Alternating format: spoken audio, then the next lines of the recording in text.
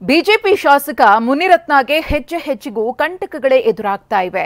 2 ಕೇಸ್ನಲ್ಲಿ ಜಾಮೀನು ಸಿಕ್ಕ ಬಳಿಕ ಜೈಲಿಂದ ಆರಾಮಾಗಿ ಹೊರಗೆ ಹೋಗೋಣ ಅನ್ನುವಷ್ಟರಲ್ಲೇ ರೇಪ್ ಕೇಸ್ನಲ್ಲಿ ಮತ್ತೆ ಲಾಕ್ ಆಗಿದ್ದು ಪೊಲೀಸರಿಂದ ಸತತ ವಿಚಾರಣೆಗೆ ಒಳಪಟ್ಟಿದ್ದಾರೆ.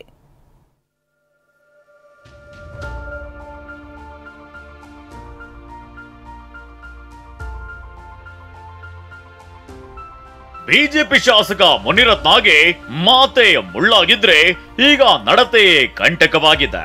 ಜಾತಿ ನಿಂದನೆ ಮತ್ತು ಜೀವ ಬೆದರಿಕೆ ಕೇಸ್ನಲ್ಲಿ ಮುನಿರತ್ನಗೆ ಜಾಮೀನು ಸಿಕ್ತಿದ್ದಂತೆ ರಿಲೀಸ್ ಆಗಿ ರಿಲೀಫ್ ಆಗೋ ಗುಂಗಿನಲ್ಲಿದ್ರು.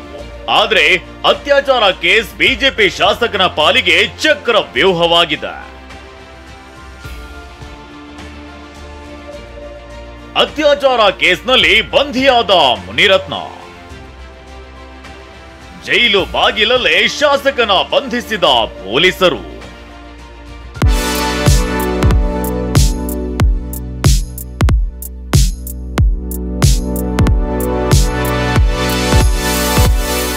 ಪರಪ್ಪನ ಅಗ್ರಹಾರ ಜೈಲಿನಲ್ಲಿ 2 ದಿನ ಕಳೆದಿದ್ದ ಮುನಿರತ್ನ ನಿನ್ನೆ ಜಾಮೀನು ಸಿಕ್ಕ ಖುಷಿಯಲ್ಲಿ ಹೊರಬರ್ತಿದ್ರು.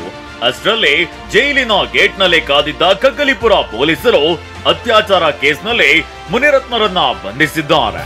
ಅತ್ಯಾಚಾರ ಪ್ರಕರಣದಲ್ಲಿ ಜಾಮೀನು ಕೋರಿದ್ದ ಅರ್ಜಿ ವಿಚಾರಣೆಯನ್ನ ಸೆಪ್ಟೆಂಬರ್ 23ಕ್ಕೆ ಮುಂದೂಡಲಾಗಿದೆ.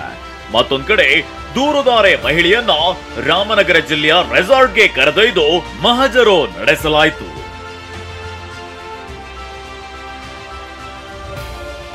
ಪೊಲೀಸ್ ಸ್ಟೇಷನ್ ಸೆಲ್ನಲ್ಲಿ ರಾತ್ರಿ ಕಳೆದ ಮುನಿರತ್ನ ಸಾಮಾನ್ಯ ಆರೋಪಿಯಂತೆ ಚಾಪೆ ಮೇಲೆ ನಿದ್ರಿಸಿದ ಶಾಸಕ. ರೇಪ್ ಕೇಸ್ನಲ್ಲಿ ಕಗ್ಗಲಿಪುರ ಪೊಲೀಸ್ ಸ್ಟೇಷನ್ನ ಸೆಲ್ನಲ್ಲಿರೋ ಮುನಿರತ್ನ ನಿನ್ನೆ ರಾತ್ರಿ ಚಾಪೆ ಮೇಲೆ ನಿದ್ರಿಸಿದ್ದಾರೆ.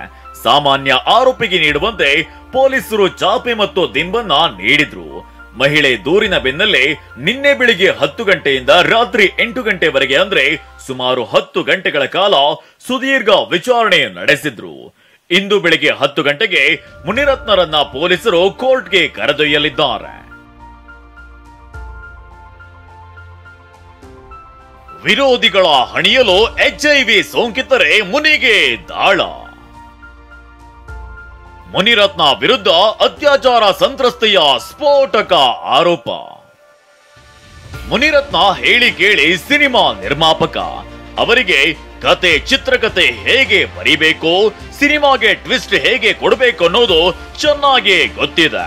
ಆದ್ರೀಗ ಅವರ ಮೇಲೆ ಬಂದಿರೋ ಆರೋಪ ಯಾವ ಸಿನಿಮಾಗೂ ಕಮ್ಮಿ ಇಲ್ಲ ಎಂಬಂತಿದೆ.